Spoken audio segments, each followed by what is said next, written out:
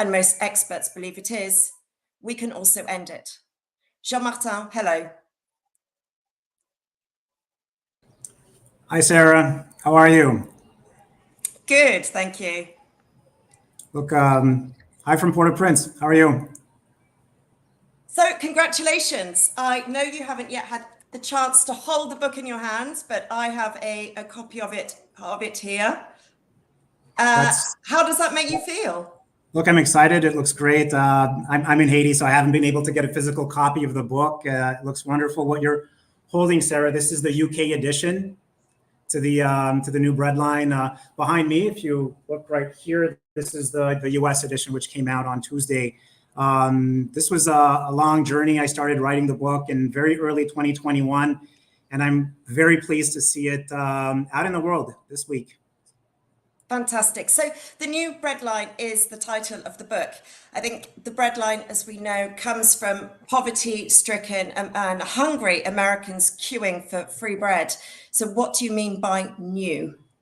Well, it's new in the sense that it's an age-old problem. Hunger is an age-old problem.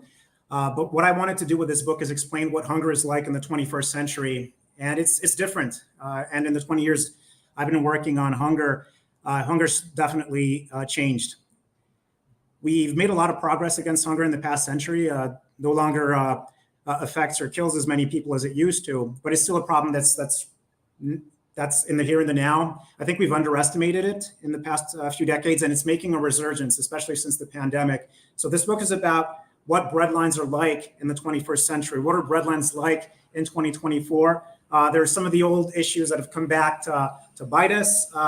We also see that hunger's returned to some geographies where we thought it had been defeated. I'm from the US. I remember during the pandemic stopping by a school near my house, and I saw a line of SUVs, of big vehicles. And these vehicles were idling. And when a social worker came out of the school with cardboard boxes, I realized that the people in the SUVs were waiting for food parcels. And that shocked me. It shocked me because I've spent most of my life working on food security issues all over the world and overseas. But to see a breadline with people in SUVs waiting for food, that's when the penny dropped. Is that this problem, hunger, it's global. It affects everyone. And we need to deal with it head on because it's such a threat to society. Yeah, I mean, I completely understand what you mean by the new breadline. I mean, it's been exactly the same in the UK. I mean, my mum's local food bank was short-staffed during the pandemic, so she volunteered, and she's still working there today. So talking of family, I think there's a lot of family history in the book, and I think you've selected a particular part that you now want to read to us to illustrate that. So please go ahead, Jean-Martin. That's right, Sarah. Let me put on my reading glasses here. I do talk about my family history. It's foundational to who I am and the work I do. And the first chapter of the book is called Young Haiti, from a failed rebellion to mass hunger. Can a man desert the soil? Jacques Roumain, Masters of the Doom. It had been decided that they would die by firing squad. The two young men, Marcel Nouma and Louis-Milou Drouin, were tied to posts next to the stone wall at the entrance of the National Cemetery in Port-au-Prince. Marcel, a tall, athletic black man, and Milou, a wispy mulatto, were the only members still alive from an ill-fated expedition to overthrow President François Duvalier. Their public execution would serve as a warning to anyone foolish enough to threaten the regime. Duvalier had ensured there would be a massive crowd for the execution of the captured rebels by ordering all government workers to attend and trucking in people from the countryside. Police officers in khaki shirts signaled the start of the proceedings, pushing the onlookers back. Some in the crowd were silently praying, holding out hope that the dictator might change his mind and spare the condemned men. A white Catholic priest appeared, Bible in hand, and approached Marcel and Milou. Stoic and resolute, both men refused the last rites.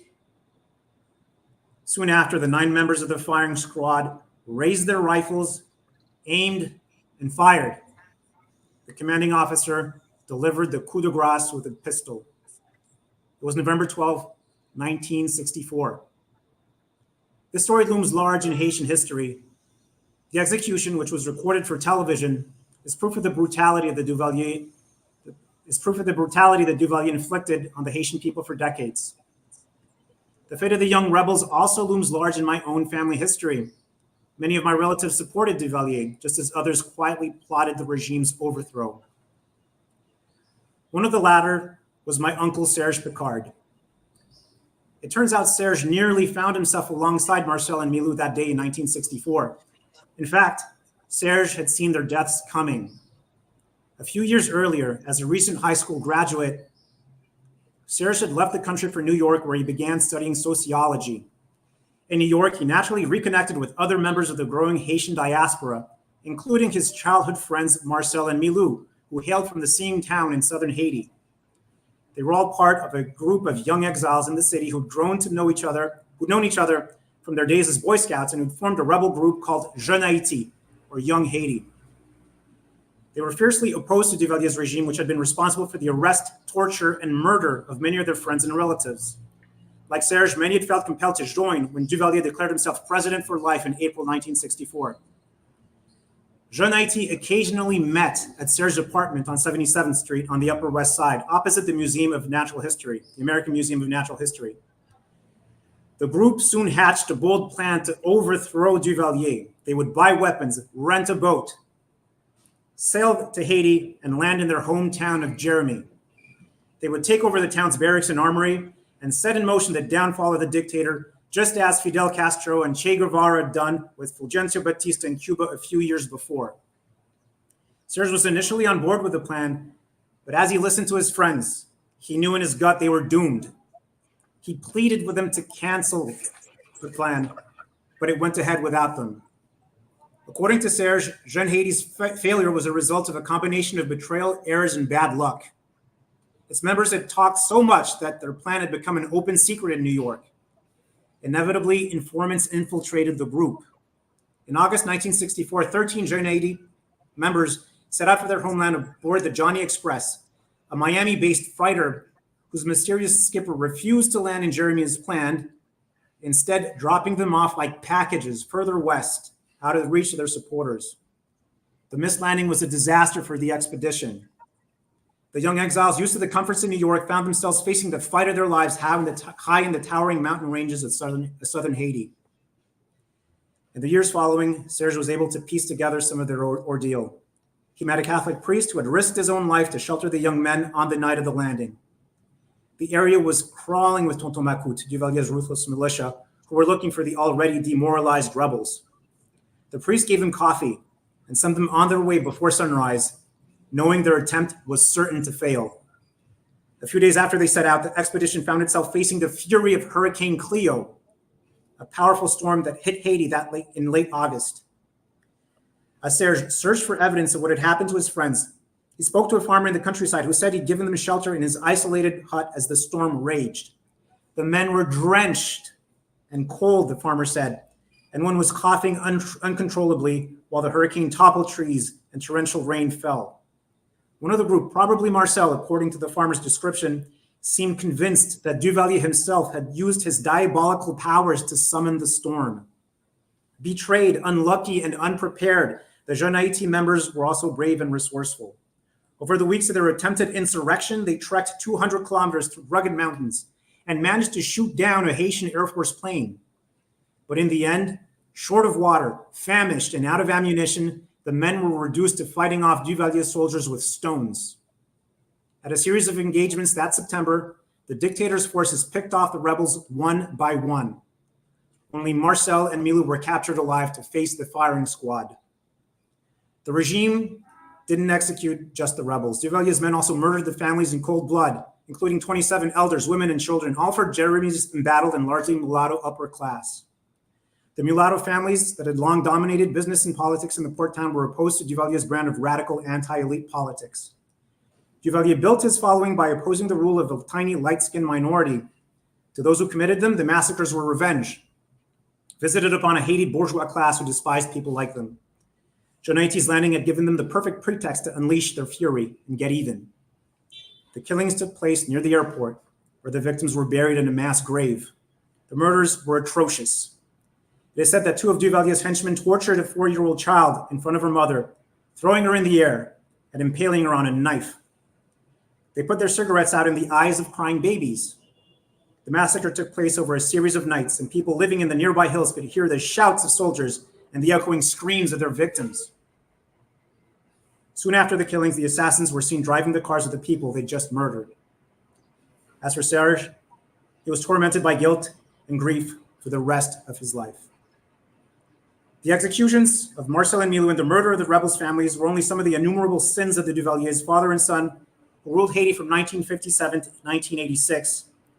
The regime's ideology was Noirism, a form of black fascism, a reaction to the light-skinned elite's domination of Haitian society. Haiti's mulatto bourgeoisie had rigged society to their benefit. They controlled the government and institutions and amassed great wealth, while darker-skinned masses moldered in abject poverty. Haitian-American writer Edwige Danticat calls the arrangement social and economic apartheid. For all his revolutionary swagger, Duvalier didn't end the hated system. Papadoc, the elder Duvalier, created a corrupt and murderous police state in which the entire nation was kept in a state of terror, and a hideous personality cult that had school children reciting a modified version of the Lord's Prayer, Our Doc, Warden, the National Palace for Life, hallowed be thy name. Like most dictators, Duvalier became increasingly paranoid as the years went by. At one point, he ordered every black dog in Port-au-Prince killed, after one of his adversaries was said to have used a voodoo spell to turn himself into one. The regime's top priority was to survive. It crushed opposition movements like Jeune Haïti. Although the elder Duvalier came to office on a populist platform, he was obsessed with power. The younger Duvalier kept a stable of sports cars, while his wife had a huge refrigerator built in which she stored her fur coat collection. The Duvalier's ruthlessness and greed had profound long-term impact. The country lost its skilled class of educated professionals as they emigrated. Illiteracy, poverty, and malnutrition were rife. Both Duvalier's father and son let hunger metastasize into the full-blown crisis as it has become today. Journalists routinely describe Haiti as the first Black republic, or they might say it's the poorest nation in the Western Hemisphere. As I write this in 2023, the hunger facing Haitians is especially dire. There are even pockets of famine-like conditions in the capital. The United Nations estimates that nearly half of Haiti's 12 million people need food assistance, while 100,000 children suffer from malnutrition each year. In Haiti, misrule, violence, and starvation have gone hand in hand. But hunger in the country is not a single man's legacy. Over the centuries, an unconcerned bourgeoisie and self-serving foreign friends have played a large part. It has become a sobering case study of the man-made forces that lay the groundwork for hunger. Back to you, Sarah. Wow, that's very powerful and personal. So you tell us about your uncle Serge, who was involved in the failed rebellion against Duvalier, but then later he became a rice farmer in southern Haiti. So can you tell us a little bit more about your family's journey and how it's shaped you and what you do? So Serge was one of the big influences in my life. I visited his farm in southern Haiti when I was a teenager. I lived in the US, but I came to visit. And what I saw struck me. So Serge came back to Haiti after the elder Duvalier died. Under Duvalier's son, there was a bit of a détente, so he was able to come back. He returned to Haiti, became the director of a major NGO in Haiti, and became involved in humanitarian work. And he became quite critical of what he saw. He actually wrote an article in Haiti's big newspaper, the Nouvelliste, called The Food Aid We Don't Want. And I remember reading that article when I was a teenager. And so Serge was brave enough to express his opinions loudly and clearly. And he resigned from his work as an NGO worker and devoted himself to his rice farm. So the rice farm is it's a magical place. It's right by the Caribbean, beneath the towering mountains. And he tried to grow rice. And this is an estate he inherited from his father. And in this place called Kaiben, Serge would do everything he could to grow rice, but it ended up being a dream, but also a curse. He spent all of his savings to buy seeds and fertilizer and expertise, and he never really managed to do well on the rice farm. And in fact, in 1994, he nearly lost his shirt. Never lost the farm, but lost his business as a result of the lowering of the tariffs on Haitian rice. This is when on rice in Haiti. when Haiti opened its market to international imports. So I saw all of this happen. I saw my uncle struggle to grow rice. I saw him struggle to try to feed his community, and that really inspired me to become a person who works on food security issues. Well, that's completely understandable. And the book is dedicated to Masters of the Dew. Perhaps you could explain who exactly are the Masters of the Dew, because I think that has a link with Serge as well. Right. So the Masters of the Dew, that's the title of a book by Jacques Roumain. In French, the title is Les Gouverneurs de la Rosée. It's a book published in 1944, and Jacques Roumain is an activist. He was communist at the time, and wrote a book about a struggling Haitian community, a community suffering from drought, from poverty, from corruption, exploitation. And it's about someone who'd emigrated from Fond Rouge. This is the name of the community. So the protagonist, called Manuel, comes back from 15 years in Cuba and resolves to change things and make things better in Fond Rouge. And it's an inspiring story about the modest people, the small farmers, the small family farmers of Fond Rouge getting up and sorting out their own problems. And at one point in the book, the farmers talk about how in the morning before sunrise, or right after sunrise, they see their fields laid out before them with the dew on their crops, and they feel a sense of pride. And they feel that they're the masters of the dew. And to me, that story reminds me of the people I met working in southern Haiti, trying to make a better life for themselves and their families. And the masters of the dew are these humble people who've been wronged by policies, by the problems that have plunged an entire nation into hunger. And that's why the book is dedicated to them.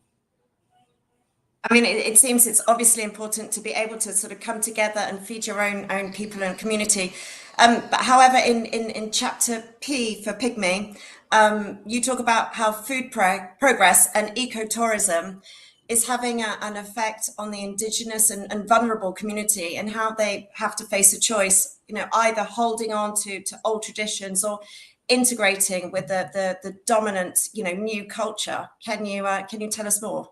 Right, Sarah. So let me give a bit of context on that. So there's a chapter in the book about the Pygmy population in northern Congo, where I worked for a few years. In Congo, they call themselves the Baka.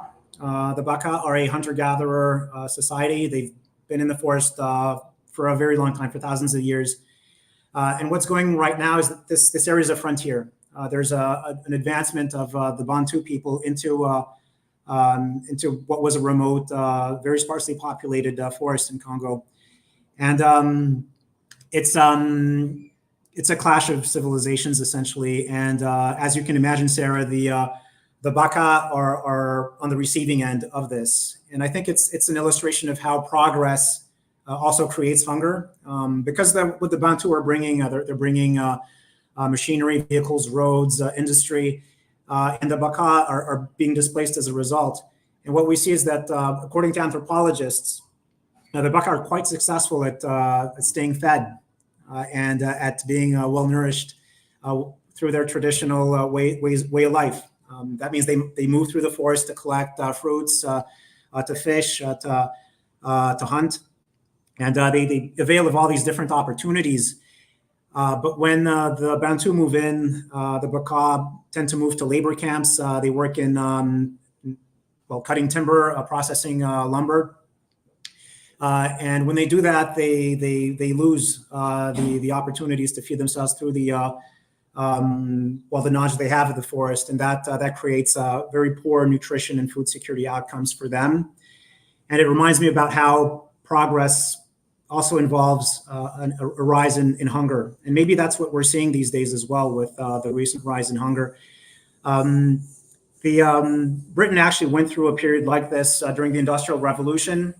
The economist Carl Polanyi talks about a dramatic rise in production, a dramatic rise in wealth in Britain in the 19th century, but also a dramatic rise in poverty, a dramatic rise in hunger for the workers. So there's a parallel there, and that's what that chapter is about. We should be careful about what we're seeing, because the progress can also mean displacing people. And in the specific case of ecotourism in the forests of northern Congo, well, you need to know that conservation interests are there. They're creating parks in northern Congo. where the Baka have been for thousands of years. And unfortunately, these interests are displacing a relatively food secure population. It reminded me of what happened in the Shenandoah Valley in the US in the early 20th century when Shenandoah National Park was created. Hundreds of farming families were removed from the Blue Ridge to make place for this park. And in fact, a pristine wilderness is always an illusion. You quite often have a people that's living there that's doing quite well, and that eviction turns into throws into hunger. Yeah, I mean it's really quite shocking, and we really do feel that from your book. But I think unfortunately hunger is an age-old problem that we've always struggled to tackle. And in your book, I think you describe what it's like by sharing stories with people that you've encountered and met all over the world. So, what was perhaps is quite a difficult question, but what was the most impactful encounter that you've had so far? Well, I'd say something that I still remember and that I mentioned in the book was meeting a young woman in southern Mauritania in 2004. There had been that was the year there was something quite astounding that I'll always remember. It was a locust outbreak. You had swarms of locusts as big as cities going through the Sahel. And I remember these locusts passing through, and these swarms would pass through. And they didn't quite block out the sun, but they would eat everything in sight, and they triggered a serious food crisis in Mauritania. So I was in southern Mauritania, and I met a woman who clearly had very little. And what she told me was that she didn't know how to feed her children. And she had to manage her children, who at night would ask, "Mom, when's dinner?" And she told us, I was there with a group, she told us that what she did was when the sun would come down, she'd bring out some wood, she'd bring out the everything she needed to cook. She'd fill the pots with water, she'd light a fire, she'd do everything as though she'd be making dinner, and she'd play the part of cooking up a meal. And the children, her children would get suspicious, and her children were 4 or 5 years old, and they'd say, "Mom, when's dinner?" And she said, "Quiet, can't you see I'm cooking?" And it's only when the kids had fallen asleep that she'd stop the show. And she was telling the story with a smile on her face, because she knew she'd look for something to eat the next day. But it's the story of how serious it is. I mean, having to face the fact that you can't provide your children with a meal. It just struck me as a quite powerful tale of what it's like to be the face of hunger in the 21st century. Yeah, no, I completely agree. That really struck me too. So I noticed that time is going fast, and there are lots of questions coming in. So I want to make sure we've saved some time at the end. So, let's move on. Personally for me, especially linked to my career as well, I felt that how you explain how technological advances have, propelled many nations of the world to food self-sufficiency during the 20th century. And I think you're now going to read us a second extract about how tech is changing the way we can deliver food to difficult places. That's right. Here come the glasses again. So this is chapter 9. It's called Digital Food. I'll read from it. The ambiguous promise of technology and innovation. Trust is almost a mystery. Jacques Roumain, Masters of the Doom. The Pouncer, capital P, was designed to be the world's first edible drone. The drone would fly one way into dangerous, conflict-affected communities where starving civilians could take it apart, cook, and eat its components. The snub-nosed, delta-shaped aircraft with a wingspan of 9 feet was designed to deliver a payload of 50 kilograms of food, enough to feed 100 people for a day. Each would cost $300. Designed in 2014, the Pouncer was the brainchild of Nigel Gifford, a British entrepreneur and adventurer who resolved to use drones to fly aid into dangerous places. In a 2017 interview with the Financial Times, Gifford explained that he was using honeycomb, a structurally robust material, to build the Pouncer. He mused that the landing gear could be made of salami, which after all had excellent tensile strength, but might not have been part of the diet as some of those the drone was meant to feed. The Pouncer's plywood frame could be used for kindling. Our food technologist guys are thinking of wrapping the electronics in bouillon cubes, he added. I first heard about the Pouncer at a gathering of humanitarian innovation experts in Italy. A drone expert told us the Pouncer could be the solution to the challenge posed by the need for cross-border food deliveries in war-torn northern Syria. Immediately, hands shot up. We knew the area was bristling with air defenses that had already made airdrops of food all but impossible, and that would be sure to fire at the drones. How would flight authorizations be obtained? How would civilians tell the difference between a military drone that could kill, of which there were many in the skies of Syria, and its edible humanitarian counterpart? There were no obvious answers to these important questions, and the Pouncer left us all decidedly skeptical. As of 2023, the Pouncer hadn't taken off yet, no pun intended. It seems destined for the graveyard of well-intentioned but stillborn humanitarian innovation projects. Gifford's invention was, to say the least, controversial. In fact, many in the broader community were openly hostile to the Pouncer. Kevin Watkins, then Chief Executive Officer for Save the Children UK, said in an interview, "This is someone who's come up with a crackpot idea based on the assumption that technology can solve all problems. Drones are good at killing people and blowing things up. They're absolutely irrelevant for resolving acute hunger." While the potential of new technology in humanitarian settings is undeniable, its role in highly complex and fragile settings is never simple and always fraught. Not so much for the promoters of tech taking on financial risk, but for the people on the receiving end of the innovation whose very lives may be put at risk. Humanitarians work with some of the world's most vulnerable populations.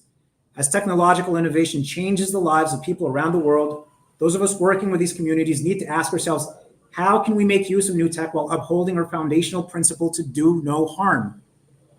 How are we to separate the wheat, the innovations that actually help, from the chaff, such as the Pouncer? How can we design technology with the communities we aim to serve, rather than pushing ready-made Silicon Valley tech that's wildly out of touch? Technology is changing how the world is fed and how the fight against global hunger is being waged. In 2016, German economist Klaus Schwab, the founder of the World Economic Forum, wrote of a fourth industrial revolution that was set to transform society. The previous three involved steam power, electricity, and computing. According to Schwab, the fourth industrial revolution will involve advances in biology and computer hardware and software, and combine them with the connectivity to the internet. There will be breakthroughs in robotics, including drones, artificial intelligence, nanotechnology, and many other fields. The fourth industrial revolution, which is transforming the manufacturing and service economies, is already changing the way food is produced, processed, and sold, and the way humanitarian aid is provided. Technology is reconfiguring food supply chains across the world. In the past 2 decades, cell phone towers have popped up all over the world, connecting billions of people. When cell phone towers were built in Niger, the market for millet was transformed. Wholesalers had often played on information asymmetries to sell millet for a high price. With cell phones, anyone could call a friend or relative and learn what millet prices were in the next town instead of taking a wholesaler's word for it. Voice and text were just the beginning. Now that internet access is widespread, e-commerce platforms are allowing family farmers and food processors everywhere to sell their produce directly to consumers, bypassing layers of middlemen. This is the case with a host of new online services that allow people to order food from farmers to be delivered to their doorsteps. These include Farm to Home in Pakistan, Twiga Foods in Kenya, and Warua in Latin America. Twiga serves 10,000 customers a day. Its Nigerian counterpart, Farm Crowdy, collects food from 25,000 individual farmers to sell in Lagos. By making digital payments instantaneous, mobile money, a currency that's issued by cell phone operators, not traditional banks, has enabled the rise of agricultural e-commerce and access to financial services for billions of people who are unbanked. Mobile money is now in widespread use in East Africa, where opening a mobile money account is as straightforward as buying a SIM card, and paying for a cab or a meal is as simple as sending a text message. The mobile industry estimates that in 2020, more than 1.2 billion worldwide had access to mobile money services. Mobile money is often available where access to traditional financial services is low, and its use is rising sharply in sub-Saharan Africa and South Asia. Mobile money is a first step. Many other digitally enabled payment systems are still emerging. Blockchains are open, decentralized digital ledgers that combine the reach of the internet and the power of cryptography. They could, in theory at least, democratize banking and trade. Blockchain technology promises to bring transparency to opaque food supply chains whose workings tend to be obscured by backroom deals. As the fourth industrial revolution takes root in the world's most hunger-prone and vulnerable communities, a generation of digital natives is finding increasing benefits from life online. Many of the refugees or displaced people I've met use Facebook, WhatsApp, and other digital apps to stay in touch with loved ones, make money, or find the assistance they need, or express their opinions. Savvy social media users, they also value the anonymity the internet offers. A Syrian refugee in Jordan's sprawling Zatri camp asked me with a wry smile, "Do you want my Facebook name or my real name?" Access to Wi-Fi is such an essential service that humanitarian agencies now provide connectivity for affected populations. In fact, Syrian refugees arriving in Greece have been known to ask for the Wi-Fi hotspot before food and water. These changes brought on by technology has meant that humanitarian agencies have had to adapt their operating models to keep up with the digital world. In the 2010s, the aid sector was facing what seemed to be insurmountable funding deficits, and donors pushed humanitarian organizations to unleash technology and innovate. Striving for efficiency in an era of tight budgets is common sense, but money alone is an insufficient metric when the goal is to protect and save lives.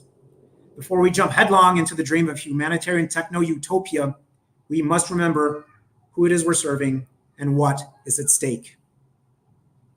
Back to you, Sarah.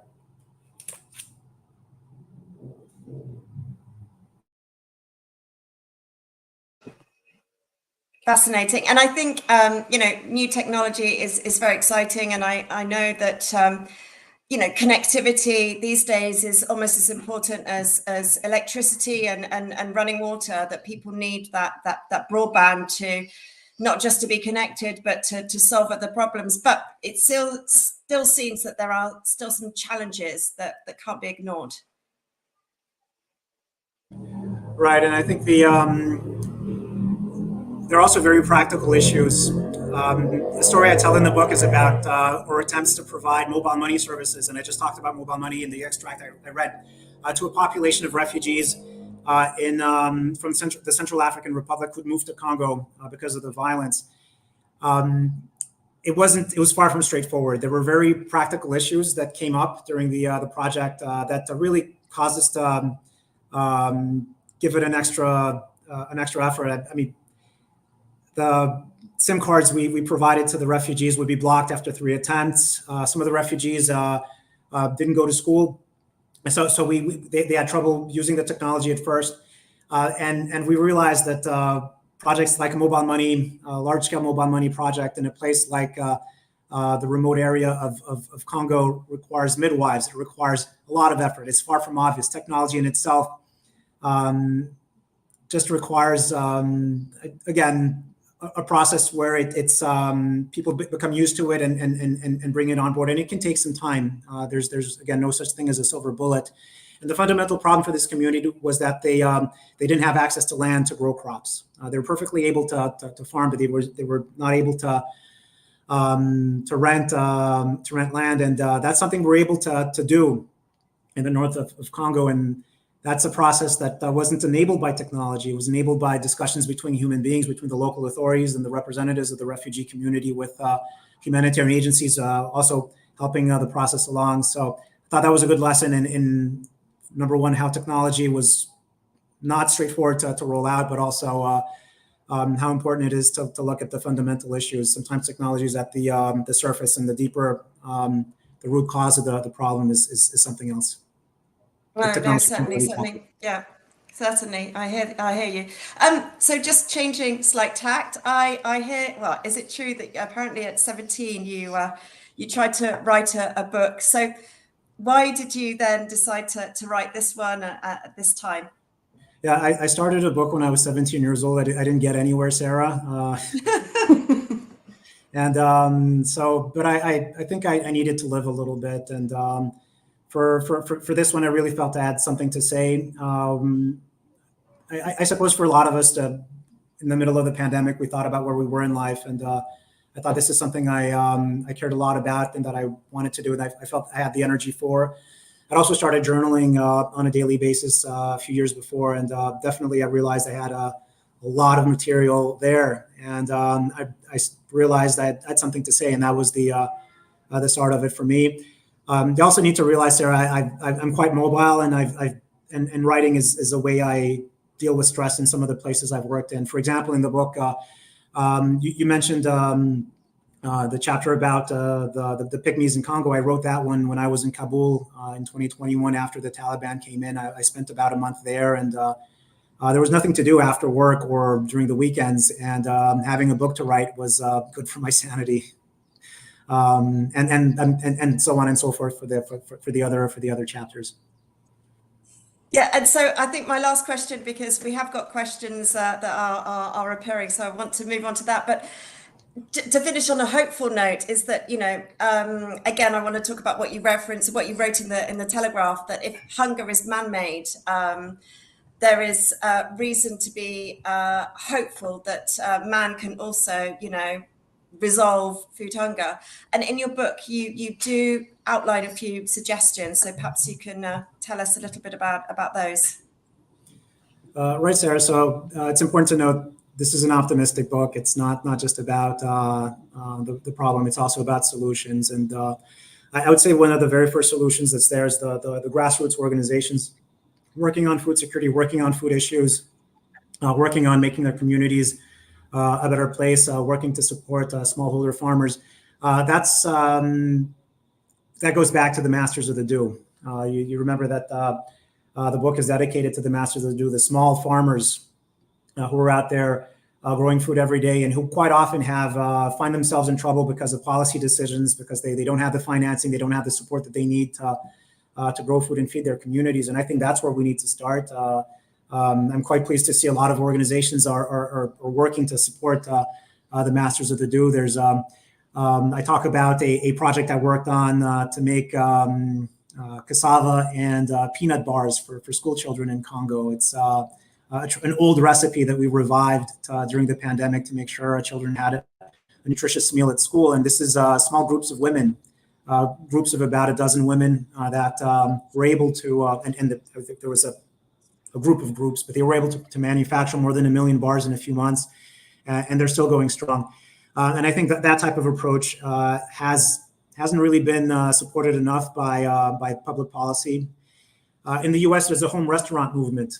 Again, something that budded during the pandemic. They've been legalized in California and Utah, and maybe some other places since. I haven't checked recently.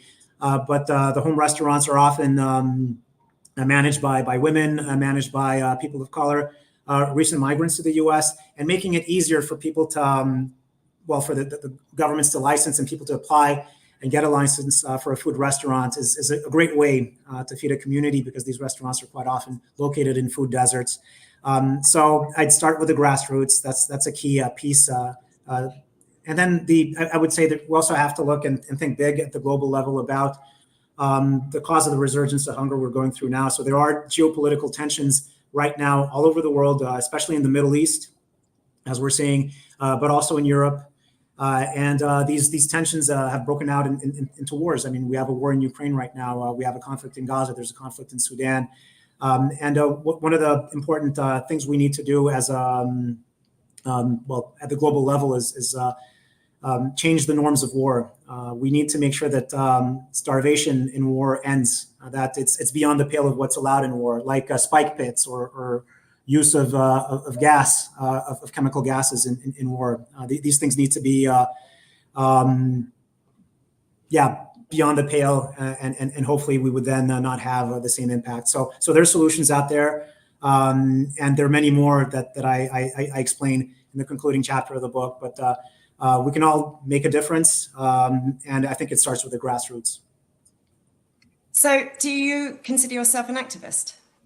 We are all activists. Those of us working on food security on the ground, we are all activists, even though we don't like the label.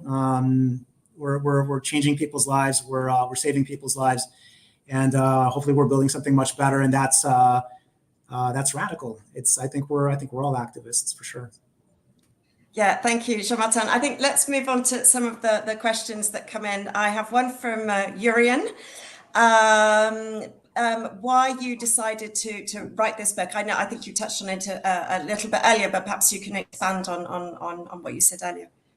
Sure. So I thought this topic of hunger, global hunger, is it's complex, and it's I think it deserved a someone like me or my colleagues who work on hunger every day to provide our point of view. There have been books written on global hunger before, but I felt that they didn't have the perspective of someone working in the trenches every day. And I think those of us doing the work I do have a lot to contribute to debates about how to beat back hunger. If you go online, you'll find books by academics, by journalists. But I felt we needed a book by a humanitarian, by an aid worker, and provide that perspective to fuel the debate on how to do things better. No, certainly. And just as an aside, you're getting lots of congratulations, Jean-Martin, Great, as great. well as the questions. Second question, Thank a you. question from Geraldine. So say congratulations. And then how do you see tech improving our food systems and the fight against hunger? Look, I think tech is going to surprise us with many new things in chapter 9. So I read you an extract, but there's a lot more in it about how tech will change the very foods we eat. So the test someone told me about, but that we might want to do ourselves, open your refrigerator and think about the food that's inside your refrigerator that your grandparents wouldn't recognize as being food. Like maybe Cheez-It or, I mean, we've got a ton of artificial stuff that technology has brought us in the last few decades that probably weren't considered food just a few years ago. Think about things that when we were, I mean, when I was a teenager, sushi was considered, slimy and not. Now it's a delicacy, and everyone buys sushi in the West. So what we consider food changes, and I think technology will surprise us. There's a movement right now to create lab-grown meats. If you look, and I explain how it's possible to create chicken that's been cultivated essentially in a stainless steel vat. You take a few cells, chicken cells from a live chicken. You don't kill the chicken, but you'll get a few cells, put that into the vat, nourish those cells with a precisely dosed mix of nutrients, and a few weeks later, you've got a cut of chicken. You haven't killed any chickens. It's chicken, and that's obtained regulatory approval in Singapore and I think Israel. And we might be seeing these things on our supermarket shelves very soon. So this is a revolution in how food is being produced. The types of food we eat are going to change. I think the concern I have is, so I work in Haiti. I've also worked in settings where you've got refugees, and I'm wondering whether these innovations are really going to be reserved to the elite or whether they'll really make a difference for people who struggle to feed themselves on a day-to-day basis in a humanitarian crisis. And I'm not convinced that these innovations will trickle down, as it were, to that level. So I think it's an exciting space, and I would love to see technologies that are open source, that are accessible, and that empower the masters of the do, as opposed to these big companies investing billions of dollars in that. But also just what you were talking about, the chicken protein. I think actually the CEO of the company is actually also has been looking at ways of fighting hunger in third world countries as well. So he's sort of, he's making profit from this one thing that, as you said, might be considered as something elite, but also then helping to resolve what he can do with his new technology for the third world. Right. And there is a discussion on how the private sector has created food products that are more nutritious and affordable. And that yes, we can do things differently, and the private sector can bring ideas that are quite relevant to the fight against hunger and nutrition worldwide. No, interesting. So I have a question from Samira. Samira. So in your book, you touch upon Security Council Resolution 2417. I'm not sure if that's the right way of saying that, and the use of starvation as a method of warfare. Oh. So yes, Samira, there's a chapter where I talk about my time in the Central African Republic, and clearly that was a case of a conflict, dragging a country with land, with water, with everything you want to have everything it needs to be food secure, and it's dragged into hunger because of a war, and I go into a discussion of accountability in war in 2417. So that story is told, and there's also some history about the use of starvation and warfare, and how the legislation's evolved. The international jurisprudence has recently evolved, and now we do have, I'd say, a better system for accountability. The rules are there, but now we have to implement them, and they need to change the way things are done in the field. And again, the goal is really to make sure that the norms of war changed, and that starvation in war is treated in the same way as chemical weapons, spike pits, and other cruel ways of waging war, and that we don't do it ever again. And then just one final question from Hattie, who's 11 and lives in the UK, and she wants to know what she can do to help you fight hunger. And I think that's really interesting. What can the new generation do today to help? Thank you, Hattie.